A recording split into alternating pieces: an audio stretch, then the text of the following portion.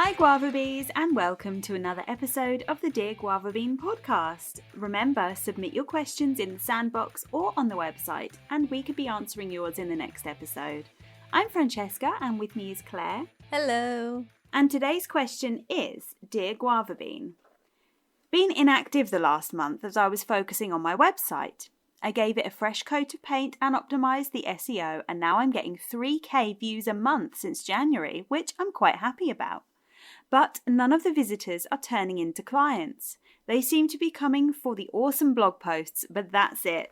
Any tips to turn them towards at least looking at my services?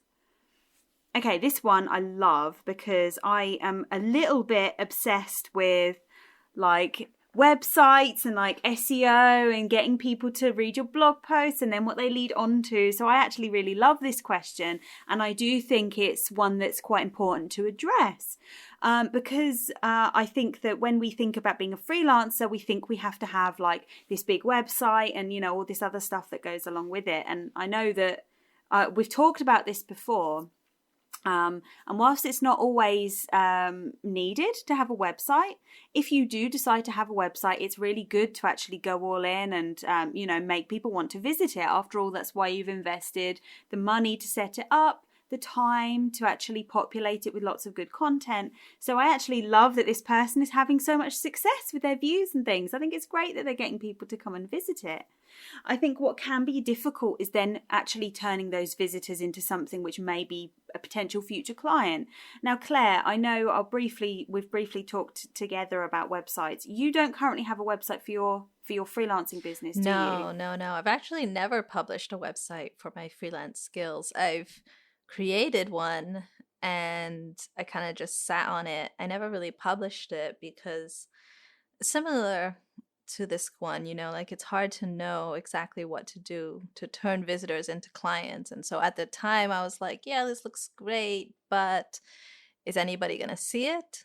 And if people do see it, is it going to do anything for me? And so I didn't have the confidence that the website would actually deliver any value for the work and the money that I was going to put in it. So I never really launched it and I never really needed it.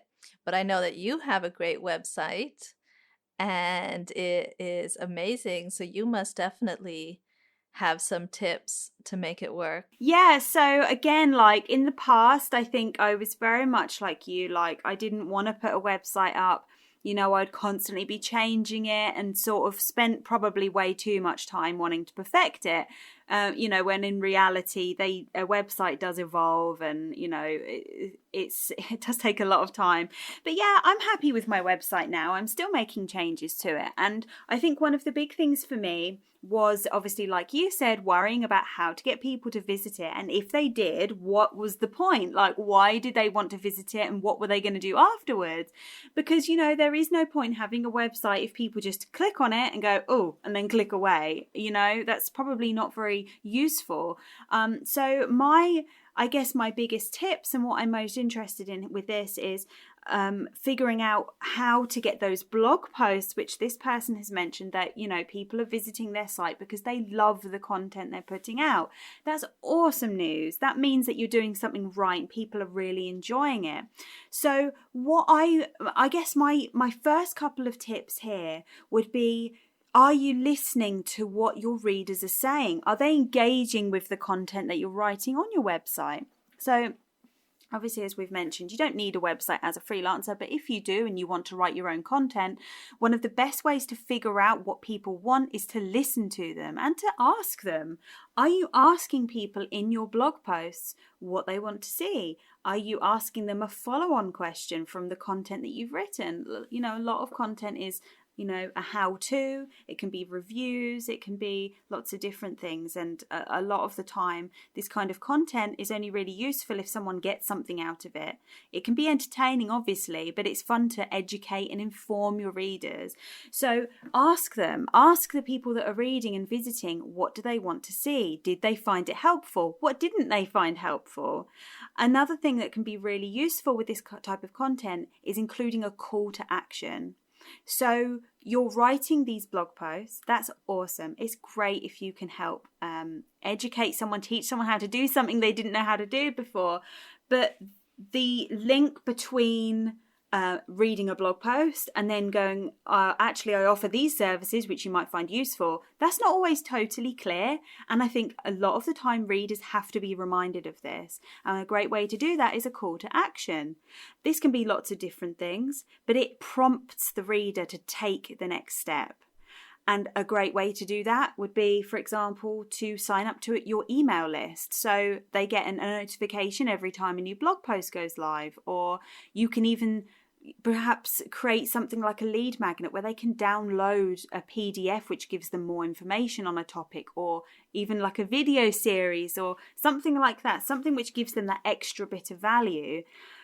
Your readers, they want to know you, they want to know your journey, and sort of doing so, you're building trust with the reader. So then to actually offer them something extra, it just helps build that relationship further. I think, again, relationship is really key here, isn't it? I think it's key in a lot of these situations. Is people only really want to work with someone that they trust and that they know. And I think writing blog posts and things like that are definitely a great way to get there. But you need to make sure that the reader understands that you want to build this relationship, and a great way to do that is things like lead magnets. And I know you know this, Claire, although you don't have your own website, I know you're really into marketing. That's what your freelancing business is based on. So I would say, wouldn't you, that the relationship here is absolutely key in getting people interested in your services? Yeah, there has to be a strategy behind it. Like once I started marketing and I learned all about, like lead magnets and sales funnels and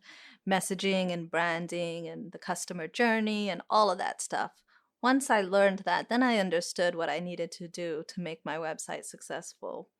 But it's that customer journey that most people don't think about. They put out this content and they don't really think about how the viewer is going to consume it, like how they're going to go from a blog post to your services, to a call booking, to a proposal, to finally closing the project. You have to think through that journey for them. Think about what that journey is going to be like and have a strategy to it. It's the strategy that most people fall short on, because it's not a strategy to just have a website and optimize the SEO and then hope that that's going to turn into clients. That's not a strategy, that's a hope. So a strategy involves understanding how to get from point A to point B.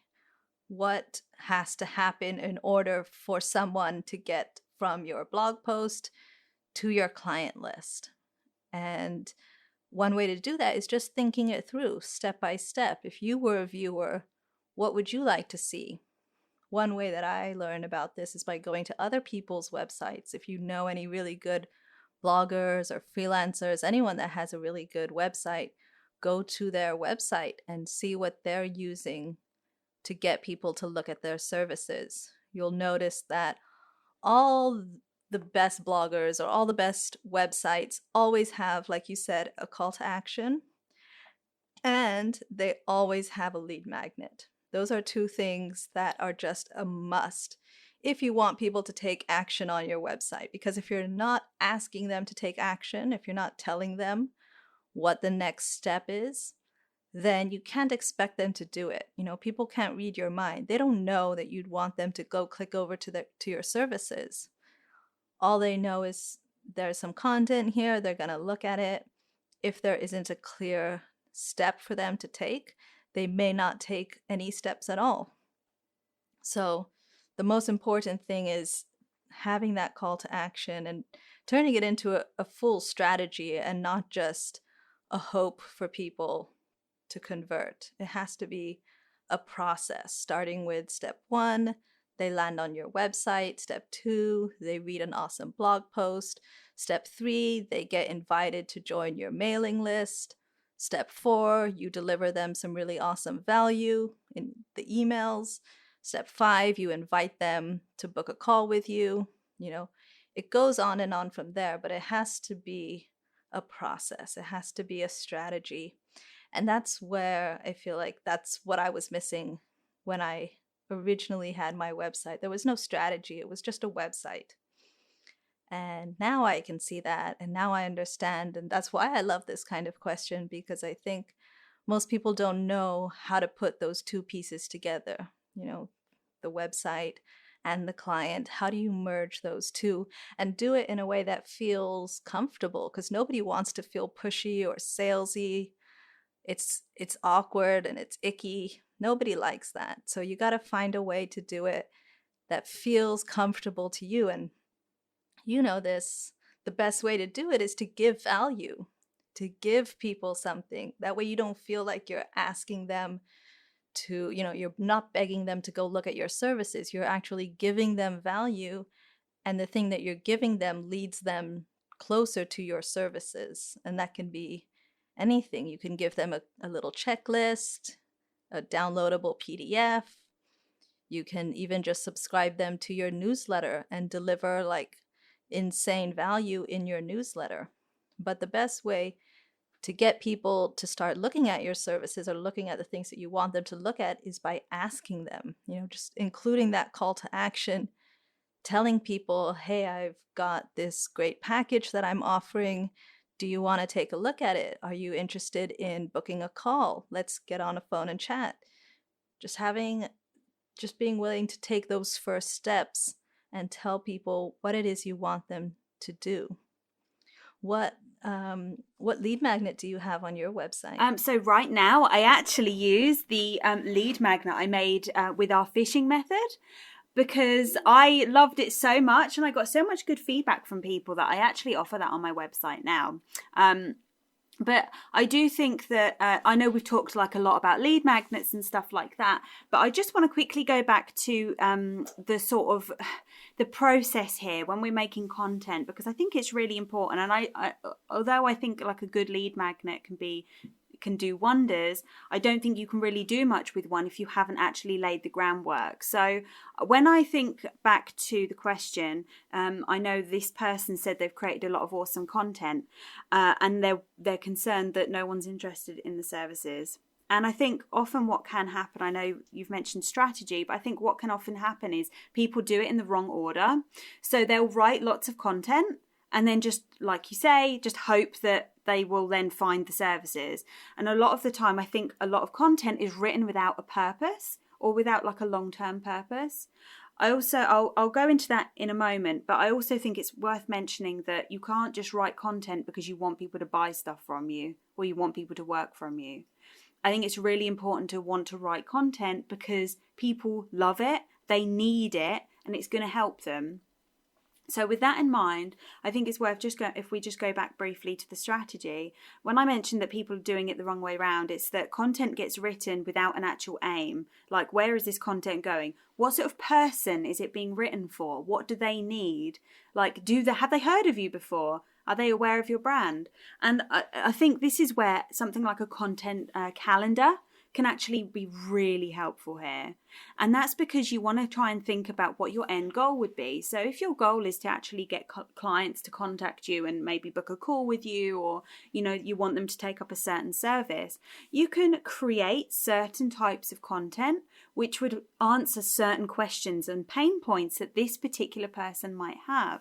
This is probably, we could talk for hours about this because I feel like it's very marketing focused, content marketing as well. I love it. But yeah, I think like if we can just summarize, I think it's really important to think about that end goal. What do you want to achieve? And then work backwards. Don't just create the content and then go, well, how can I kind of link it to my ideal client where they may look at my services? Like, no, I think that wastes a lot of time and it will get you feeling quite frustrated when it doesn't work. I think if you want to create content, think about what the end goal is and then break it down.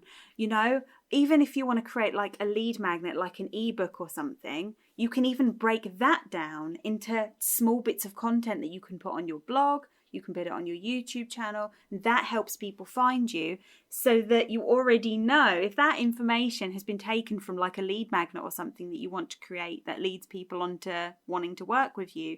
You already know that that content you've broken down is going to be valuable. The people who are reading it and absorbing that information you're providing will be interested in like a more in-depth version of it. And that's the kind of the best way to create a strategy, really, is to think about like, the specific types of person you want to help and why you want to help them. Like, what's their problem? How can you make them like the hero in the scenario in your content? You want to write it for them, don't write it for you. That's another thing as well. I think a lot of people maybe overlook is they just write the content that they want to write rather than the content that's going to be helpful to others too. So yeah, I think like something like a content calendar would be amazing. And also with a content calendar, which helps you organize, you know, the types of content when you're publishing it, what the end goal is, you can put the content you already have made in this calendar. You can put it towards like, you know, attracting a certain client. You don't have to just like go, well, I'll just start my strategy again. None of that content matters anymore. Like if people are reading it and people want to engage with it, that's awesome. It gives you a lot of indication on where to go next. So, you know, don't feel like you have to start again in that in your strategy, because you can use that content towards future content as well. I think that's important to remember. But I think the most important thing is, like I said, have a strategy. I agree with you 100% here, Claire, because it's sort of wishful thinking that if you just write a blog post and then suddenly people will want to buy from you. It doesn't work like that. I don't think I've ever read a blog and gone, oh, I must immediately work with this person. You know, you want to get to know them first. But also just make sure the content you're writing is written for the people who are reading it, the people who need this information, because those are the people that you want to target. Yeah, that's a good point. You know, again, about the strategy, having the end goal in mind. If you have that in mind when you write the blog posts, you'll be able to tie your blog posts into your services. Like you can make that transition a lot more seamlessly than if your blog posts and your services are kind of separate things and they don't really connect well. If they do connect well, then you should be able to easily transition or slip in a few times in the blog post. You know, like if you have more questions on this, book a call with me here. Or if you want someone to help you do this, you know, check out my packages. There's always ways where you could be dropping those links. And I will say that one way to get them looking at your services is to put it on every page. You know, if that is really your goal, make sure it's really easy for the client to find your services. And this is something that not everybody thinks about. They put it on like a work with me page. It's on one page of their website, when really it should be on every single page of your website. Should have a link or a button, or even if you have pictures of your packages, you know, every website page should have a place for people to see your services or to click to learn more about your services.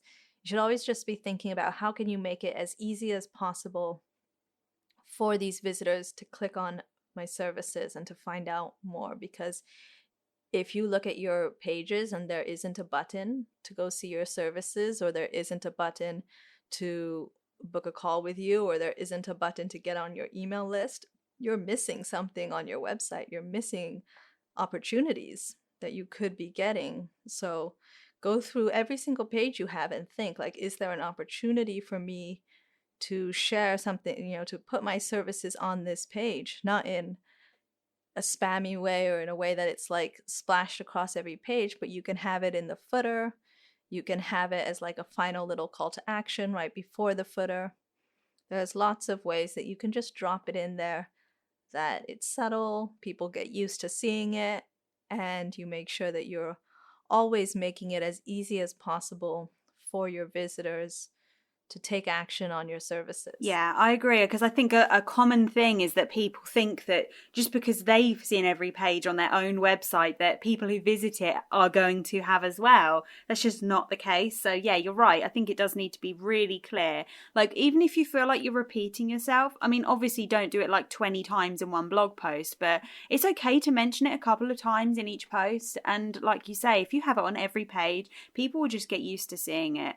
I think like a big thing at the moment is that people are so used to seeing certain things now that they get like a short attention span, and people won't always spend a long time looking at every detail of your website. So yeah, if you make it super clear, it just makes it easier for you and just increases the chance that people are going to go, actually, hey, you know what, I actually will check out their services because it's something I need, rather than overlooking it. don't be afraid to just be really clear. I think people do need to be told. You can't just assume people are going to go hunting for the information, because they won't. They're already thinking about a million different things. You need to make it really clear for them. And I think that's such a simple thing you can do, but it's really effective and it's important. I think if you're going out of your way to spend the time to create this content, it seems a shame to let it go to waste if people aren't then, like doing what you want them to Yeah, do. that's a good point. And then another thing that I'll say, and I've learned this through marketing, and it's funny because I would have, it's such an obvious thing that I never really realized before. Sometimes before you get into marketing, you kind of just assume that people will click because the value's there and maybe they need it. But once you start marketing, you realize that people don't click unless there's something in it for them, unless you manage to incentivize them somehow. And so if you want people to click, you kind of have to give them a reason to click. And for me, the easiest way to do that is to give them something valuable, to give them something, maybe limited time or limited quantity. There isn't a lot of it. If you can create a little bit of urgency or just make it exciting. When I made a survey and I wanted everybody in the Guava Bean Facebook group to go through this survey, I didn't just throw out the survey and be like, hey, everyone, please do this for me so I could get information. I took the time to put together a lead magnet, and anybody who finished the survey would get the lead magnet at the end. And so I got a lot more responses because everybody wanted the lead magnet. They didn't care about the survey. They just wanted to get the thing at the end of it. So if you find a way to give people a little incentive to click on your services, you'll get a lot more response. And just some ideas, for example, you could offer a little bonus with your service.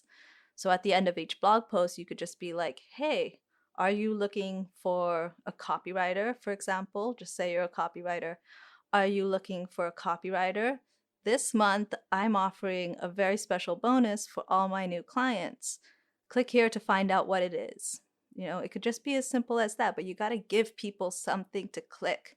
People need to be motivated. They need to be incentivized. They're not just going to click out of the goodness of their heart. If you wait for them to do that, you'll be waiting a really long time. So the way to get them to look at your services is to find a way to make it interesting for them. Give them something to make them want to click. Give them a bonus, give them a freebie, give them a discount, give them like a free audit, or just make it sound amazing. If you make your services sound so good, or if you use testimonials or case studies, something that makes your services sound incredible, people will click, but you got to put in that effort to make them want to click. Oh yeah, like emotions go a huge way into getting people to basically do what you want without making that sound like really salesy and pushy. But yeah, like people do. If people will always want to be in sort of, like you say, surprised or rewarded or shocked. It's I think that applies to both wanting them to click on your services, but also creating good content as well. If you want your content to lead on to wanting them to download a lead magnet or contact you for a consultation call and that kind of thing, make sure that your content appeals to that emotional side and figuring out sort of like their problems as well, because it all ties in, all the way along that customer journey. I think that emotion plays a big part. So I love that point because it's so important. Yeah, I don't remember where I heard this, but I remember hearing that you have to delight your customers. That's the word that people are looking for. That's the emotion that people want to feel. They want to feel delighted, or they want to feel pleasantly surprised. If you can trigger that emotion in them, if you can delight them in some way through your value or through your humor or through your incredibly good offers, they will, take the steps that you want them to take. But people are not going to take action for just average. They want that extra special something. And so if you want people to look at your services, work with you, all of that stuff, you got to ask yourself, how can I delight my visitors? How can I really give people something that will make them go, wow, I got to work with this guy? You know, if you're not delighting your customers on a regular basis, or your clients or your viewers or just everybody, if you're not delighting the people that you want to work with on a regular basis, I don't think you can really be surprised if they don't delight you in return by clicking on your services and doing what you want them to do. Yeah, I'm 100%. One final bit I just want to add to that as well, actually, is when you're creating content in hopes that, or in with the effort that people will click and then eventually become your client, you can't expect that to be a short-term thing. I think that that's really important to remember. So this person mentioned, it just reminded me, this person mentioned that they've like revamped their site. They've had loads of viewers since January. And at the time of recording this, it's March. So that's been a couple months.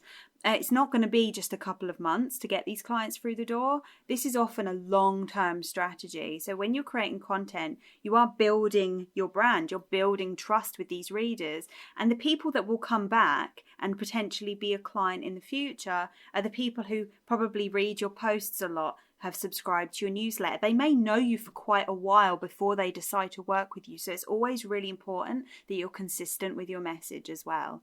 So obviously appeal to like the emotional nature. You want to appeal to their pain points and show them how you can help them and why.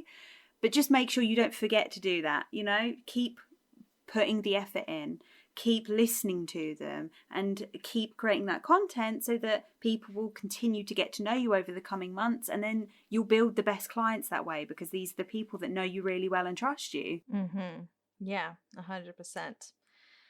I think we gave a lot of really good advice here. Again, just remember to look at anyone else's website. If you know someone that you look up to, someone that you admire, someone that you know is successfully freelancing and getting clients from their website, like Francesca, we'll drop the link to her website. You can check out the Guava Bean website. You'll notice that every blog post ends in a call to action and a lead magnet. It's just like brushing your teeth. It's something that you got to do every day. You just got to get in the habit of that call to action, that lead magnet, giving value, always leading them towards the end goal, knowing what the end goal is, knowing the strategy to get there, and then just making that journey as delightful as possible.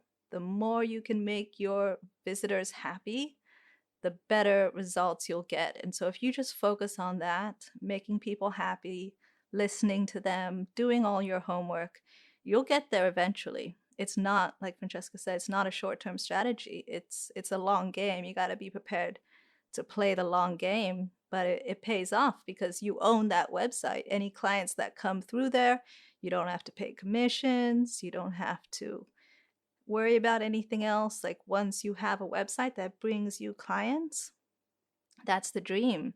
So it's worth putting in all the time and energy into getting that strategy right, getting that lead magnet right, and just delivering amazing value to your clients.